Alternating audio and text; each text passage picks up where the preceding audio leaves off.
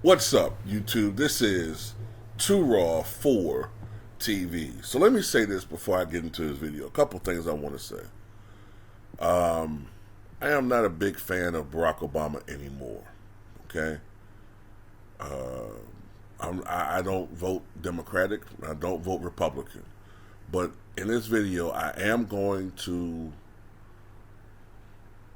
reminisce about a time when I was a big Barack Obama fan, and a time when many of us were big Barack Obama fans back in 2007, 2008. All right? And another thing I want to say is it does not make you a racist if you want to vote for someone that you can relate to. Okay?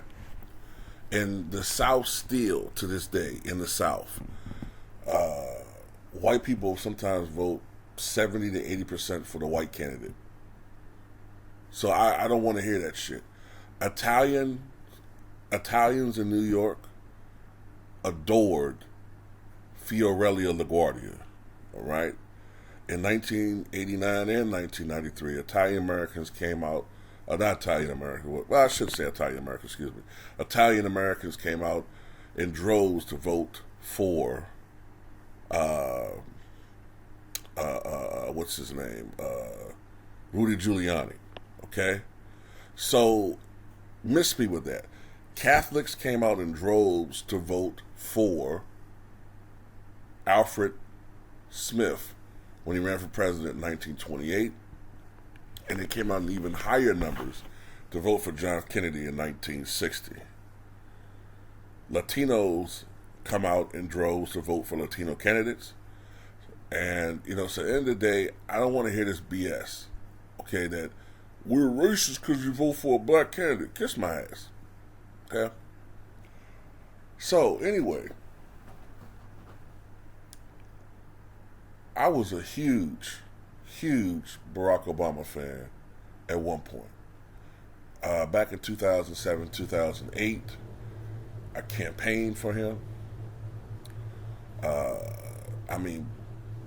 Far as officially and unofficially, I went door to door trying to get people to, come out and vote for him. I try to get as many people who I know personally to come out and vote for him. Even if you never voted before in your life, vote for him. Look, you can say I fell for the Kool-Aid, whatever, fine. You can call it even symbolism. At the end of the day, I wanted a black man to be president of the United States. And if that makes me a bigot, I don't give a damn. Okay? I don't. I thought after a period of time that he was very qualified. The only problem that he didn't have was he was not very experienced. But then again, this is the hypocrisy that I noticed in the media at the time. They kept harping about Barack Obama's lack of experience. And they kept saying how experienced Hillary Clinton was, but what experience? She only had 6 or 7 years of actual government experience being an elected official. But they were giving her credit for time being, a first lady. But she's not actually an administrator. But they were giving her credit for shit that, hey, she's just a first lady. Well, if that's the case, if you're going to give, I'll put it like this. If the credit that they gave Hillary Clinton for being a first lady, if Michelle Obama ever ran for president, I want you to give her that same credit too. Well, she served 8 years first lady. But they're not going to do that. I know they're not going to do that. But anyway, I remember when he first ran, because we all remember him giving that iconic speech during the 2004 Democratic National Convention. And he kind of caught a lucky break during that year too, because the Republican candidate that he was going to face in that senatorial election had to bow out due to some type of sex scandal or something, and they brought in carpetbagger. What's the guy's name? Alan Keyes, who I believe was from Maryland, but he had to register at the last minute, to become a resident of Illinois. Alan Keyes got clobbered like 70% to 28% in the polls, and Barack Obama became a junior senator out of the state of Illinois. But what was so amazing was at that time, Hillary Clinton was the de facto Democratic nominee for 2008. She had it in the bag. I think the only candidate that really kind of had a shot at it was maybe John Edwards, but we didn't think Barack Obama was going to run for president. But little did we know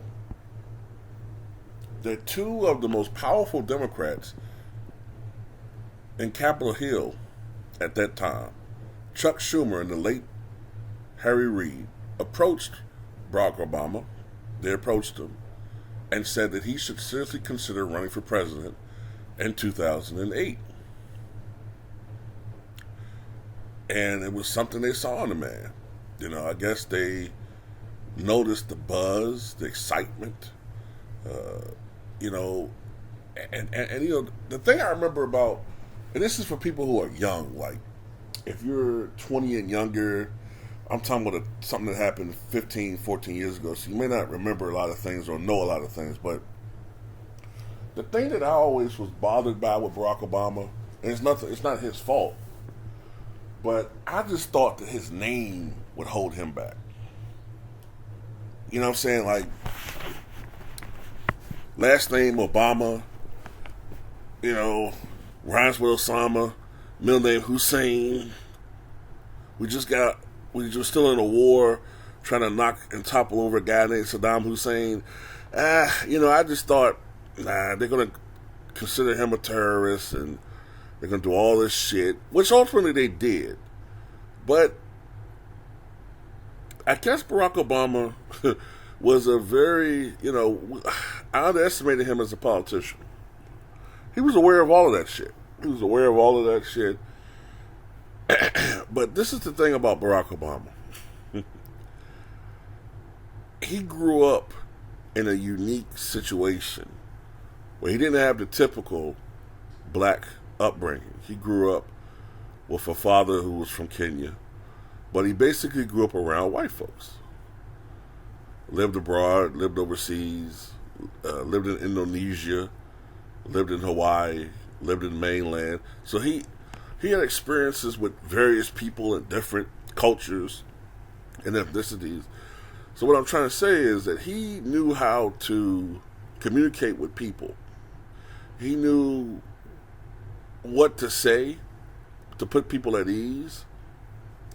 He knew how to address certain issues, to disarm whatever the fuck it is that is making people uncomfortable about him. He was good at that. And he did have certain scandals. After he announced his candidacy in February of 2007, I still remember it, and he was trailing Hillary in the polls by like 70 percentage points.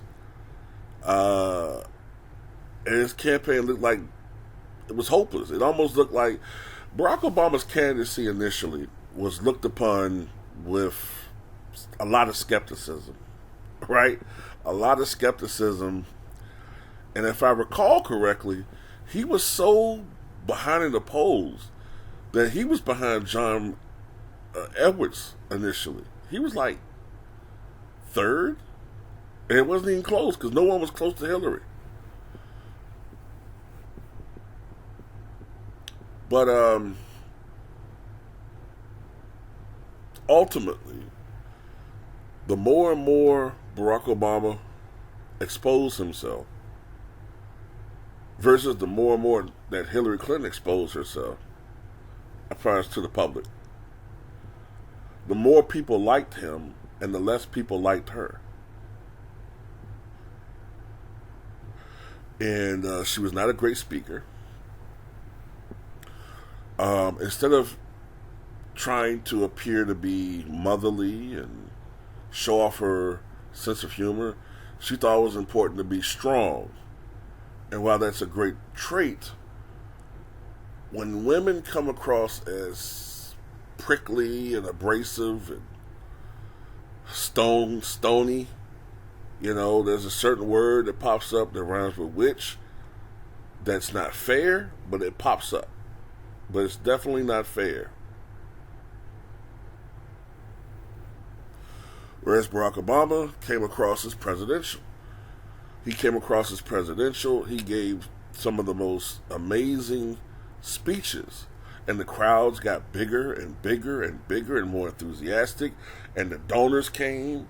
And, you saw like a switch of allegiance with donors. And then comes the big-time endorsements. Right before he got sick and died, Ted Kennedy, the Lion of the Senate, endorsed Barack Obama. By the way, Ted Kennedy was very insulted by something that Bill Clinton said about Barack Obama. They had been friends for decades. But one time they were sitting down. I think they might have been at Ted Kennedy's home. And Bill Clinton said something to the effect about Barack Obama. Can you believe this guy? If this was 30 years ago, this guy like this will be serving us tea. And Ted Kennedy did not find that funny or amusing. He was shocked that Bill Clinton had said that. And anyway, he grew to observe Barack Obama, admire him. And like I said, the last thing he did before he got sick was he endorsed Barack Obama. And I think that was a very key endorsement. Now, I can't remember all the endorsements, but I know this. By the beginning of 2008, people who had been laughing at Barack Obama a year earlier were no longer laughing. Hillary Clinton, who had been up by, 70 percentage points over Barack Obama by February of 2007, by early 2008, they were neck and neck. Now, the consensus was still Hillary had the advantage. Why? Because to that day and to that time, black voters were still aligned with the Clintons. They had been very popular in the 1990s. Why? I don't fucking know. But anyway, black voters, black Americans still loved the Clintons. But they liked Barack Obama. But the problem was they weren't sure if he could win. And they were afraid that he would be taken out. Malcolm X, Martin Luther King Jr., the whole spiel.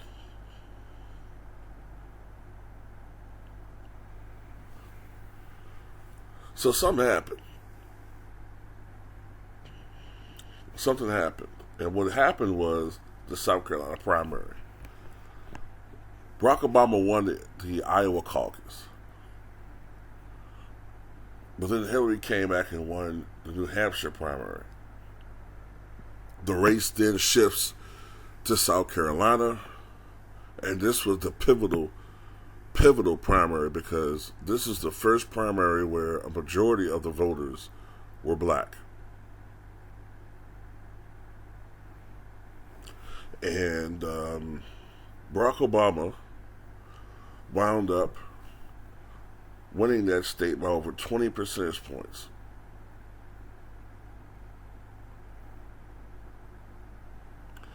And this is also, I think, where the race shift, because black people shift their allegiance to Barack Obama, and he won I think the next 7 or 8 primaries. Now, there was a resistance in the Democratic Party led by, I would call them blue dog Democrats or racist Democrats, who all of a sudden said that, they were afraid that Barack Obama didn't have enough experience and blah, blah, blah, blah, blah, and all this crap. That was just smoke screens for the fact that they just didn't want a nigger at the top of the ticket. Well, he could be at the bottom, but not at the top. The race seesawed back and forth, but ultimately, by June of 2008, Barack Obama passed the necessary amount for pledged delegates to win the Democratic nomination. And I remember being ecstatic hearing that, but I knew it was not over. Hillary was full of tricks, and he had to be nominated. Now, ultimately, he was nominated at the convention that year, but I knew that the general election would not be easy. You won the Democratic nomination, but it was close. But can you win the general campaign against John McCain, the war hero? Now, this was a bad time for Republicans.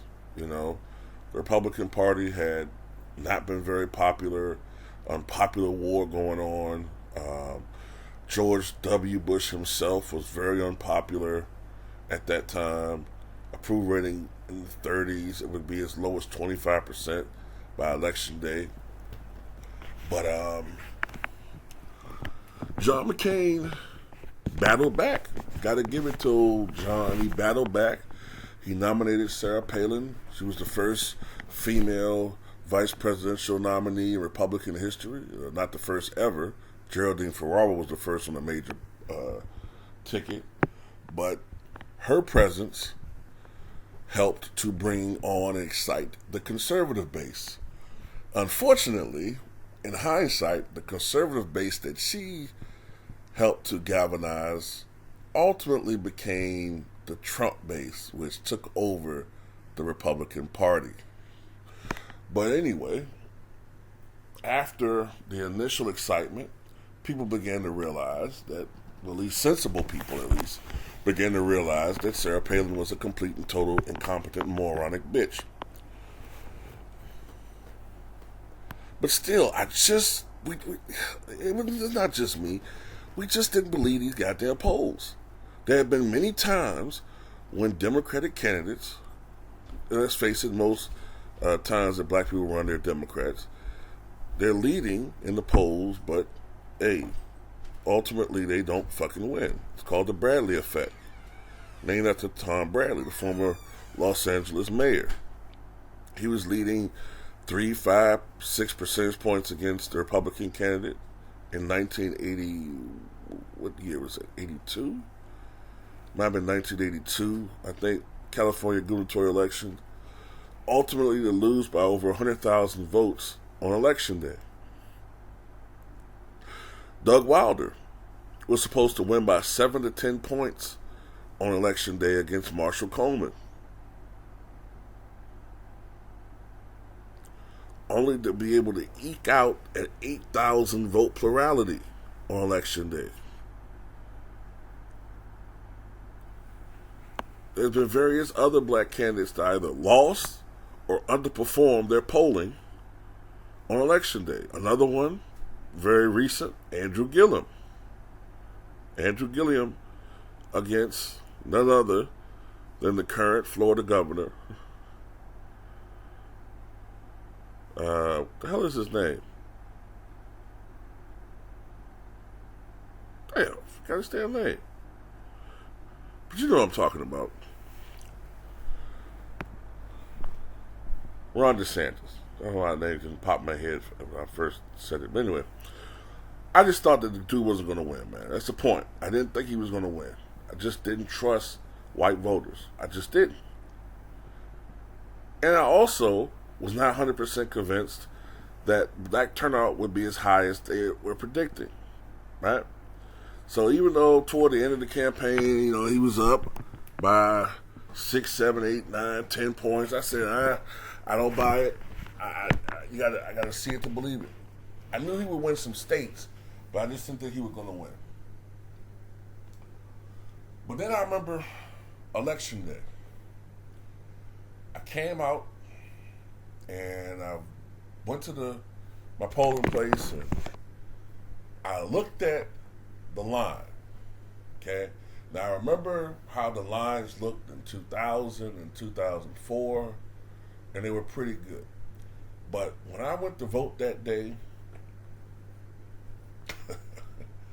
I saw people who couldn't even tell you who their fucking representative was out of Washington. I saw motherfuckers that, I'm not gonna go there, but I saw people that, you know what I'm saying, you normally don't want to see even in your vicinity. Especially if you fucking owe them some money and shit. But I saw these motherfuckers stand in line and they was voting. And I was like, damn, you're voting? Yeah, shit, fuck that. Like, oh, wow. And that's when I said for the first time, he's gonna win. This guy's gonna fucking win. I've never seen that many black people come out and vote for anybody like this before. So once I saw what I saw, and it wasn't just my place, I was talking to everybody I knew that voted, and they all said the same thing. They had never seen that many people come out and voted. It took me about 35 minutes from the time I got there to me actually voting, but I didn't care because I liked the fact that I got there and there was a lot of people there. You know what I'm saying? It shows heavy turnout. So, election night, Barack Obama won by an electoral landslide. And, you can call me corny. You can call it corny, but unless you're black, you don't understand. Even though Barack Obama disappointed all of us, a lot of us, with his presidency, the moment that he was elected president, see, I was already celebrating on the inside because I know voting patterns. I know how states vote. So when he had 207 electoral votes, and they hadn't called Virginia yet for him, which was 13, and I saw that California, Hawaii, Washington, and Oregon, and Idaho was left, along with some other closer contested states, I knew that he had won. Because California would have pushed him up 261, California 265, Washington 276 at the time, and that would have been enough, let alone Oregon. So I already knew that he had won. So I knew that they were delaying and waiting for the polls to close on the West Coast for him to be, because they didn't want it to affect voting. But I knew that he had won the presidency. But when they announced it, and I saw the celebration, and I saw the people crying, and white people were like, why are these people crying? I know why they were crying. Because we never in our lifetimes thought that we would see something like that. We never would have thought that we would see, regardless of the background, a black family up there at the highest office in the land. We never thought that we would see something like that.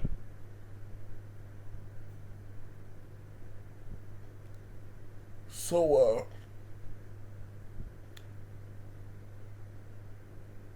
a lot of times, when I'm pissed off about shit, or when,